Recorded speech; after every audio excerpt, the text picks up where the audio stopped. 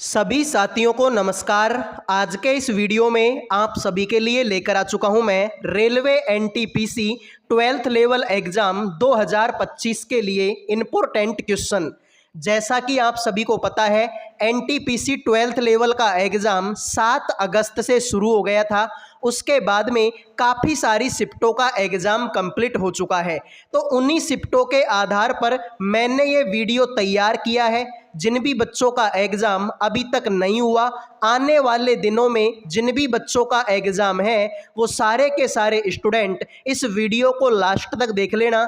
आपको समझ में आ जाएगा कि कौन कौन से टॉपिक से और कैसे कैसे क्वेश्चन आप लोगों से पूछे जा सकते हैं।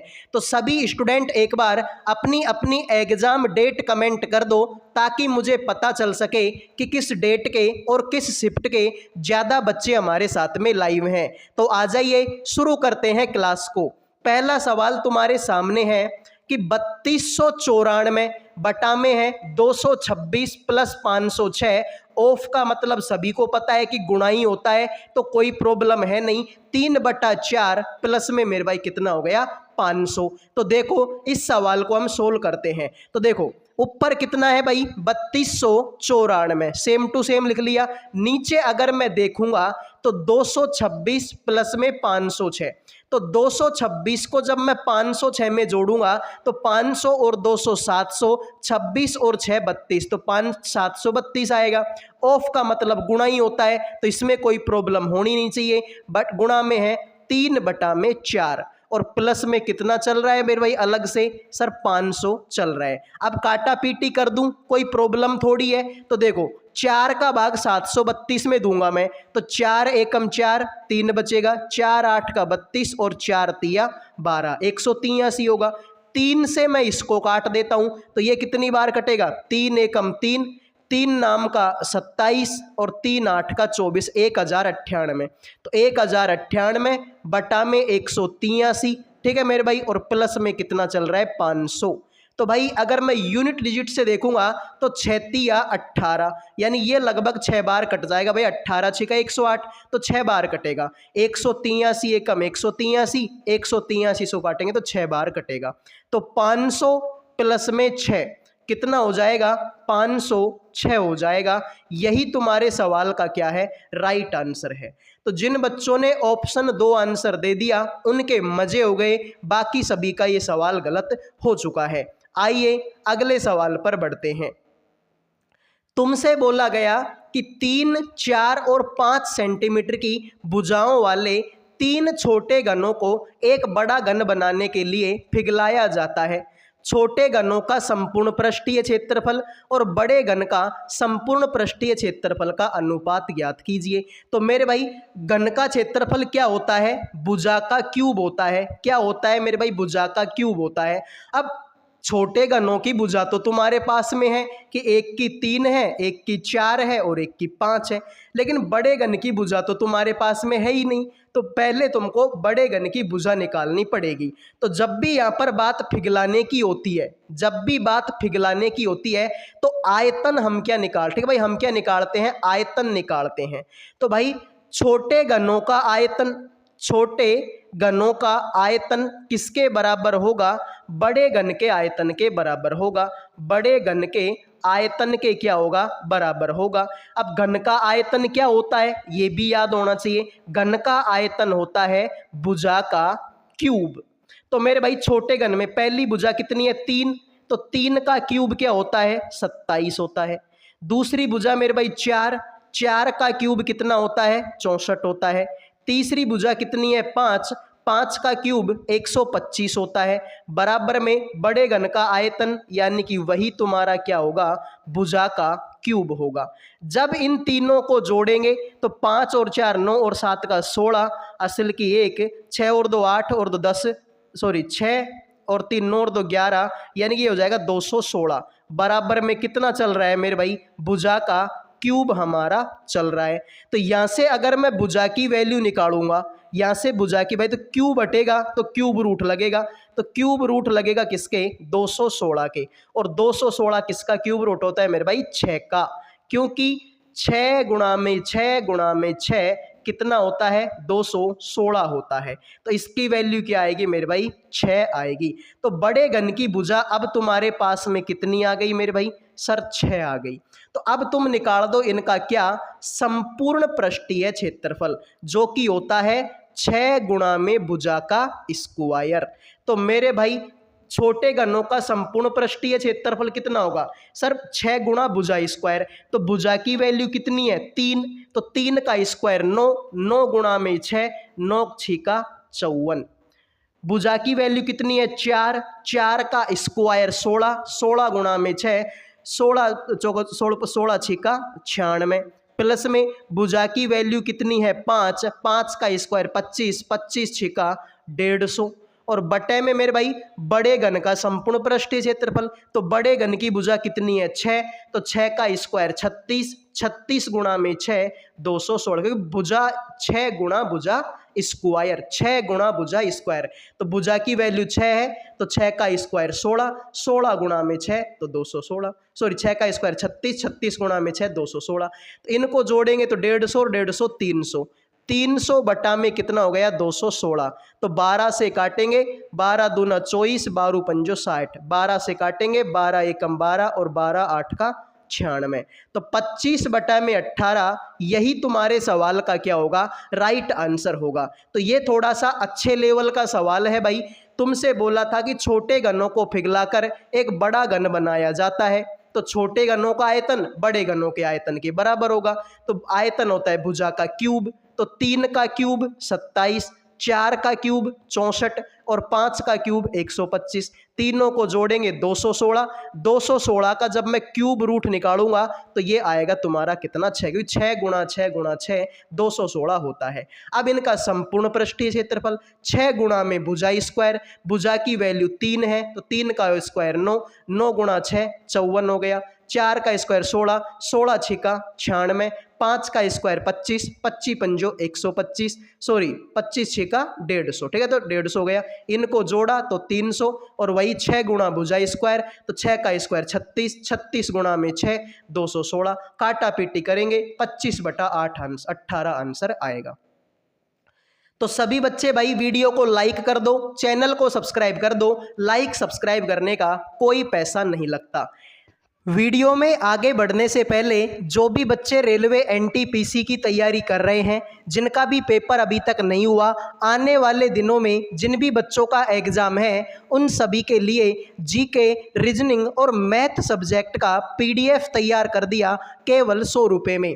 100 रुपये में आपको जीके, रीजनिंग और मैथ तीनों सब्जेक्टों का पीडीएफ मिलेगा। साथ में मेरे भाई गारंटी रहेगी कि पेपर में ऐसे बहुत सारे क्वेश्चन होंगे जो इस पीडीएफ से देखने को मिलेंगे। तो केवल और केवल 100 रुपये का पीडीएफ है। जिन भी बच्चों को चाहिए इन नंबरों पे व्हाट्सएप मैसेज करके 100 रुपये में आप जीके, रीजनिंग और मैथ तीनों सब्जेक्टों का पीडीएफ ले सकते हो। इसमें आपको सारी चीज़ें चैप्टर वाइज मिलेंगी, टॉपिक वाइज मिलेंगी और सारे क्वेश्चनों का डिटेल में आंसर आपको मिलेगा। तो जिनको चाहिए भाई तुरंत इन नंबरों पे व्हाट्सएप मैसेज कर दो, 2 सेकंड के अंदर पीडीएफ आपको मिल जाएगा। अब बढ़ते हैं अगले सवाल पर। वृत्त पर स्थित चाप 18 सेंटीमीटर लंबा है, यानी चाप की लंबाई कितनी है 18 सेंटीमीटर, जो कि केंद्र पर 28.8 डिग्री का कोण अंतरित करता है। उस वृत्त की परिधि ज्ञात कीजिए। तो मेरे भाई परिधि का सूत्र क्या होता है 2 पाई आर होता है, लेकिन 2 पाई आर तुम्हारे पास में आर तो है ही नहीं, त्रिज्या है ही नहीं हमारे पास में। तो मेरे भाई देखो चाप की लंबाई का फॉर्मूला क्या होता है, चाप की लंबाई का फॉर्मूला होता है थीटा बटा 360 गुणा में 2 पाई आर, जो कि कितना दी हुई है मेरे भाई सवाल में 18 सेंटीमीटर दी हुई है। तो थीटा कितना है 28.8 और बटा में कितना है 360 गुणा में भाई वृत्त की परिधि, वृत्त की परिधि क्या होती है 2 पाई आर होती है। तो इस 2 पाई आर की वैल्यू तो हमको चाहिए ही, तो इसमें हम कोई छेड़खानी करेंगे ही नहीं, क्योंकि वृत्त की परिधि क्या होती है 2 पाई आर होती है। तो इसमें तो कोई छेड़खानी हमको करनी है नहीं, तो इसको तो सेम टू सेम लिख दो बराबर में 18। यहाँ से पॉइंट हटेगा तो नीचे एक जीरो में लगा लेता हूँ। 9 का भाग देंगे 9 चौका 36 यानी कि 400 बढ़ जाएगा। इसमें 9 का भाग देंगे 9 तिया 27 और 9 दूना 18, 32 बार जाएगा। इसको मेरे भाई 4 से डिवाइड करेंगे तो 4 का भाग 400 में देंगे तो 100 बार जाएगा और 4 8 का 32 हो जाएगा। 100 गुणा में 18 करूंगा तो ये हो जाएगा 1800 बटे में, इसमें ये ऊपर 8 है तो ये नीचे 8 आ जाए तो 8 का भाग दूंगा, 8 दूनी 16, 8 दूनी 16 और 8 पंजो 40, तो 225 तुम्हारे इस सवाल का क्या होगा, राइट आंसर होगा। ठीक है भाई, तो थीटा बटा 360 गुणा में 2πr और इसकी वैल्यू है मेरे भाई तुम्हारे पास में 18 सेंटीमीटर। तो थीटा की वैल्यू 28.8 है, पॉइंट हटेगा तो नीचे 0 लगेगा। अब इसको काटा पीटी करोगे 225 आंसर आ जाएगा। अगले सवाल को देखते हैं। कोई धनराशि 10% प्रति वार्षिक ब्याज दर पर निवेश की गई, जिसे अर्धवार्षिक रूप से 18 महीने के लिए चक्रवृद्धि किया गया। यदि परिपक्वता पर दे धनराशि 83,349, यानी ये मिश्रधन कितना है मेरे भाई, सर मिश्रधन है कितना, 83,349, तो निवेश की गई धनराशि कितनी होगी। तो मैंने आपको हमेशा एक चीज बात बताई थी, मैंने क्या पूरी दुनिया ये बात बताती है कि जब भी बात किसकी होगी, अर्धवार्षिक की होगी। जब भी बात अर्धवार्षिक की होगी तो दर तो हो जाती है मेरे भाई क्या, आधी, और समय हो जाता है मेरे भाई क्या, दुगना। समय क्या हो जाता है मेरे भाई, दुगना। तो दर यहाँ पर कितनी है 10%, तो दर तो हो जाएगी कितनी 5%। समय कितना है 18 महीना, 18 महीने में कितनी साल होती है सर, 12 महीने में 1 साल, तो 18 महीने में 1.5 साल। भाई 18 महीने में 1.5 साल ही तो होती है, ये तो कोई भी बता देगा। तो 1.5 साल का दुगुना क्या हो जाएगा 3 साल, यानी कि दर हो जाएगी 5% और समय हो जाएगा 3 साल। तो बस ये तुमको थोड़ा सा याद रखना है कि अर्धवार्षिक में दर आधी हो जाती है और समय दुगना हो जाता है। तो समय तो हमारे पास में कितना हो गया, समय हमारे पास में हो गया मेरे भाई 3 साल का, और दर कितनी हो गई मेरे भाई 5% की। तो अगर मैं 1 साल की बात करूं, मान लो मैं तुमको 100 रुपये देता हूं, 5% की दर से मुझे ब्याज दोगे तुम लोग, तो 105 रुपया दोगे मेरे भाई। अरे मैं तुमको 100 रुपये दे रहा हूँ, 5% की दर से तुम मुझे ब्याज दोगे तो 105 रुपये दोगे। तो अगर मैं इसको 5 से काट दूँ तो एक हो जाएगा 21/20, यानी 1 साल के बाद में तुम मुझे कितना दोगे 21/20। तो यहाँ पर तो बात कितनी साल की हो रही है, 3 साल की। तो ये थोड़ी सी बात तुम याद रखना, 21/20। तो देखो मेरे भाई 3 साल के बाद में कितना पैसा दिया, 83,349। तो अभी हमारा आंसर कितना है 21/20। तो ये हो जाएगा तुम्हारा भाई, पहली साल की बात करूंगा तो ये 21 गुणा में ये हो जाएगा 20। दूसरी साल में भी वही सेम कहानी 21 और 20। तीसरी साल में भी वही सेम कहानी 21 और कितना हो जाएगा 20। अब इसको काटा पीटी कर लो, आंसर तुम्हारा आ जाएगा। तो 7 का भाग देंगे, 7 तिया 21, भाग थोड़ा अच्छे तरीके से देना। 7 का भाग देंगे, 7 एकम 7, यहाँ पर भी देंगे 7 एकम 7, 6 बचेगा। 7 नाम का 63, 0 और 7 7 49। 7 का भाग देंगे, 7 तिया 21, 7 का भाग देंगे 7 एकम 7, 7 7 49, 0 और मेरे भाई 7 एकम 7। इसमें फिर 7 का भाग देंगे तो 7 तिया 21 हो जाएगा। इसको 7 से काटेंगे तो ये हो जाएगा तुम्हारा 7 दूनी 14, 7 चौका 28 और 7 तिया 21, यानी कि 343 पर जाएगा। अब इसको देखो मेरे भाई 3 का भाग देंगे तो 3 8 का 24 और 3 एकम 3, 3 तिया 9, तो 9 का भाग देंगे 9 9 81। तो ये हो जाएगा 9 गुणा में 20 गुणा में 20 गुणा में 20, 2 दूनी 4, 4 दूनी 8, 8,000 आंसर आएगा। तो 9 8 का 72,000 तुम्हारा सवाल का राइट आंसर हो जाएगा। तो जिन बच्चों ने 72,000 आंसर दे दिया उनके मजे हो गए, बाकी सभी का ये सवाल गलत हो चुका है। तो बस सॉरी, ठीक है। तो ये थोड़ी सी बात तुमको क्या रखनी है मेरे भाई, याद रखनी है, ठीक है। तो भाई मिश्रधन तुमको कितना दे दिया उसने, 83,349। मैंने बताया था कि अर्धवार्षिक की बात होगी तो समय दुगना हो जाएगा भाई, 18 महीने में 1.5 साल होती है, तो 1.5 साल का दुगना 3 साल, 10% का आधा 5%।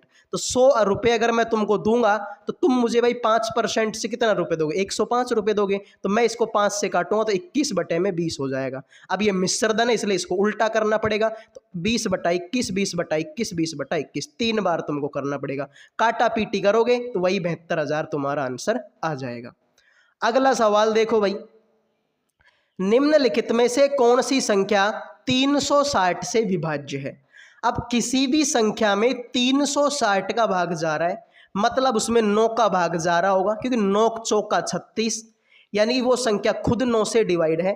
क्योंकि भाई 360 को मैं क्या लिख सकता हूँ, इसको मैं लिख सकता हूँ 40 गुणा में 9 बराबर में 360 ही होता है। भाई 40 गुणा में 9 360 ही होता है। तो किसी संख्या में 360 का भाग जा रहा है, मतलब उसमें 9 का भाग जाना चाहिए। तो चेक करो 9 का भाग किस में जा रहा है। देखो 1 और 6 7, 7 और 6 13, 13 और 2 15, 15 में तो 9 का जाएगा नहीं, हटा दो। 7 और 1 8, 8 और 6 14, 14 और 6 20, 20 में 9 का जाएगा नहीं, हटा दो। 7 और 1 8, 8 और 1 9, 9 और 7 का 16, 16 और 2 18, 18 में 9 का जाएगा, मतलब इसमें चला जाएगा। 7 और 1 8, 8 और 1 9, 9 और 8 का 9 और 8 का 17, 17 में मेरे भाई 9 का भाग नहीं जाएगा, इसको भी हटा दो। तो यही है तुम्हारे पास में 17 17 20। देखो 7 1 और 7 8, 8 और 1 9, 9 और 7 16, 16 और 2 18, 18 में तो 9 का भाग जाता है, मतलब इस संख्या में 9 का पूरा पूरा भाग चला जाएगा। आइए अगले सवाल पर बढ़ते हैं।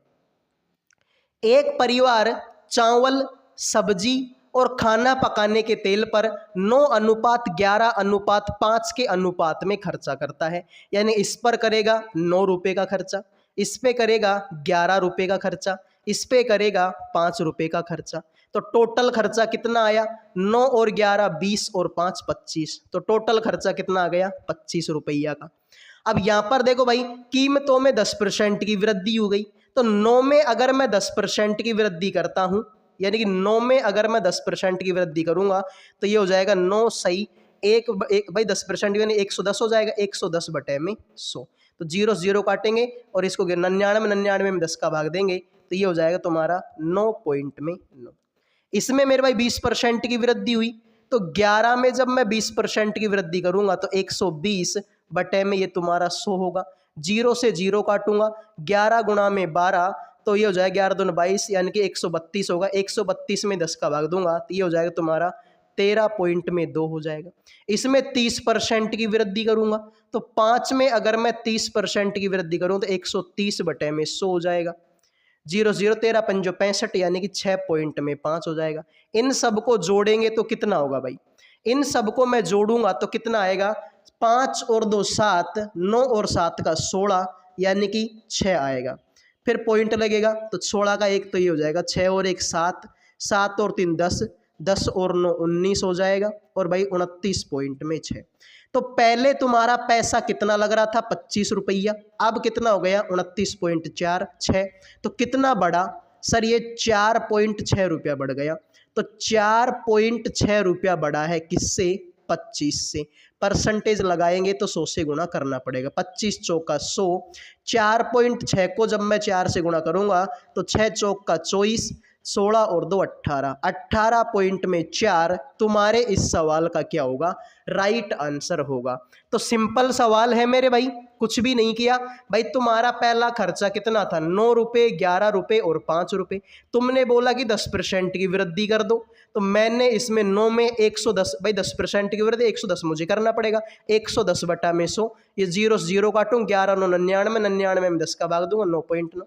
दूसरा मेरे भाई 11 था, इसमें 20% की वृद्धि करूंगा तो 11 गुणा 120 बटे में 100, 0 से 0 काटेंगे, 11 को 12 से गुणा करेंगे, 132, 132 में 10 का भाग देंगे, 13.2 आंसर आएगा। तीसरा मेरे भाई 5 है, इसमें 30% की वृद्धि करूंगा तो 130 बटा 100, 0 0 13 5 65, 65 में 10 का भाग दूंगा, 6.5। जब मैं इन तीनों को जोड़ूंगा तो 29.6 आएगा। तो पहले आ रहा था 25, अब आया 29 पॉइंट में 6, यानी कि 4.6 की वृद्धि हुई, वो भी कितने पर, 25 पर। 4.6 बटे में 25 गुणा में 100, काटा पीटी करेंगे, 18.4 आंसर आ जाएगा। आइए अगले सवाल पर बढ़ते हैं। ये काफी लाजवाब क्वेश्चन है, एकदम बेहतरीन क्वेश्चन है भाई।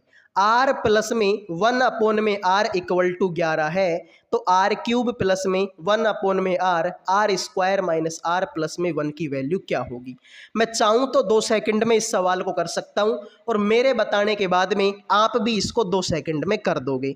तो मेरे भाई देखो, मैं ऐसे करता हूँ, दोनों साइड स्क्वायर करता हूँ। तो दोनों साइड स्क्वायर करूँगा तो क्या आएगा सर, ए स्क्वायर प्लस में बी स्क्वायर अपॉन प्लस में 2ab, तो 2 इसको इससे गुणा करेंगे तो 2ab ये हो जाएगा, बराबर में 11 का स्क्वायर 121 होगा।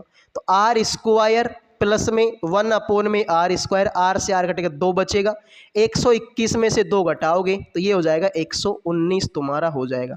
आया यहाँ तक समझ में आया कि नहीं आया? अरे भाई तुमने छोटी क्लास में फॉर्मूला पढ़ा था सॉरी भाई, ठीक है, मेरी प्लेटलेट्स डाउन हो चुकी है, मैं मतलब बीमार हो चुका हूँ, तो इस वजह से मेरे बार बार खांसी चल रही है, ठीक है। तो देखो बोथ साइड में दोनों साइड स्क्वायर करूँगा तो देखो आर स्क्वायर, देखो फॉर्मूला पढ़ा है ना आपने कि a square plus b square plus में 2ab, तो इसका स्क्वायर किया तो ये आ गया, इसका स्क्वायर किया तो ये आ गया, फिर 2ab तो 2 ए की जगह पर आर, बी की जगह पर, तो आर से आर कटेगा तो 2 एक कम 2, 121 में से 2 हटाऊंगा 119, तो ये तुम्हारा आंसर यहाँ तक आ चुका है। अब देखो मेरे भाई, अब इस वैल्यू को मैं कहाँ रखूँ मेरे भाई, इसमें तो क्यूब है, तो ऐसे करता हूँ मैं, इसमें आर का भाग देता हूँ, इसमें भी आर का भाग दे देता हूँ और इसमें भी आर का भाग दे देता हूँ, ठीक है। तो ध्यान से देखना मेरे भाई, इसमें अगर मैं आर का भाग दूंगा तो क्यूब से आर कटेगा यानी कि स्क्वायर ही बचेगा, प्लस में 1 अपॉन में देखा 1 में आर, और फिर इसमें आर का भाग दूं तो आर गुणा आर क्या हो जाएगा, आर स्क्वायर हो जाएगा, तो ये हो जाएगा 1 अपॉन में आर स्क्वायर हो जाएगा। नीचे आर स्क्वायर में आर का भाग दूंगा तो आर से आर कटेगा तो क्या बचेगा, सिर्फ आर बचेगा, माइनस में आर का भाग दूंगा तो आर से आर कट जाएगा यानी माइनस का 1 बचेगा, प्लस में 1 में आर का भाग दूंगा तो 1/r हो जाएगा, 1 में आर हो जाएगा प्लस का। तो देखो इसकी वैल्यू हमारे पास में आ गई, इसकी वैल्यू कितनी आ गई 119, तो इसकी वैल्यू तो रख दूंगा मैं 119। नीचे अगर तुम देखोगे भाई तो क्या होगा, r प्लस में 1 अपॉन में आर, r प्लस में 1 अपॉन में आर की वैल्यू कितनी है 11 है और माइनस का 1 है, तो 11 में से 1 घटाएंगे तो 10 आंसर आएगा, 10 और ऊपर है 119, तो यही तुम्हारे सवाल का राइट आंसर है। 1 किलोमीटर आवर पता नहीं कहाँ से आ गए, ठीक है, इसके ऑप्शनों में मिस्टेक है, ठीक है, इसके ऑप्शनों में मिस्टेक है, 119/10 तुम्हारे सवाल का राइट आंसर हो जाएगा। तो मैंने कुछ भी नहीं किया मेरे भाई, इनका दोनों का स्क्वायर किया तो 119 आ गया, मैंने इसमें आर का भाग दूंगा तो क्यूब्स में आर का भाग दूंगा स्क्वायर बचेगा, 1 अपॉन में आर और इसमें एक बार और का भाग 1 अपॉन में आर स्क्वायर हो जाएगा, बटे में इसमें आर का भाग दूंगा तो आर बचेगा, इसमें आर का भाग दूंगा आर से आर कट जाएगा -1 बचेगा, इसमें आर का भाग दूंगा 1 अपॉन में आर हो जाएगा, तो इसकी वैल्यू 119 आ गई तुम्हारे पास में। आर प्लस में 1 अपॉन में आर, आर प्लस में 1 अपॉन में आर की वैल्यू 11 है, तो 11 माइनस का 1 यानी कि भाई 10 होगा, तो 119/10 यही तुम्हारे सवाल का राइट आंसर है। एक महिला धारा की दिशा में 36 किलोमीटर दूरी 4 घंटे में तय करती है और धारा के विपरीत दिशा में 49 किलोमीटर की दूरी 7 घंटे में तय करती है, तो धारा की चाल बताओ क्या होगी। मुझे ये बताओ चाल बराबर में होता क्या है, चाल बराबर में होता है दूरी बटे में समय। यहाँ पर दूरी कितनी 36 की और समय कितना 4 घंटे का, तो 4 8 का 32, 4 नाम का 36, तो यानी कि अगर मैं धारा की दिशा में जाऊंगा तो नाव की चाल प्लस में धारा की चाल कितना हो गया मेरे भाई 9, धारा के विपरीत दिशा में जाऊंगा तो नाव की चाल माइनस में धारा की चाल, तो 49 में 7, भाई वही चाल बराबर दूरी बटे समय, तो दूरी कितने की 49 की, समय कितने का 7 घंटे का, तो दूरी बटा समय 49 में 7 का भाग दूंगा 7 बढ़ जाएगा। तो धारा की चाल निकालने तो ऐसे करता हूँ, इस वाली इक्वेशन में से इस वाले को घटा देता हूँ, तो n से n कट जाएगा, d में से माइनस कट यानी d और d 2d हो जाएगा, 9 में से 7 गया तो 2 बचेगा, 2 से 2 कट जाएगा, d की वैल्यू 1 हो जाएगी, बात खत्म। यही तुम्हारे सवाल का क्या है राइट आंसर। अगले वीडियो में मिलेंगे। जय हिंद जय भारत।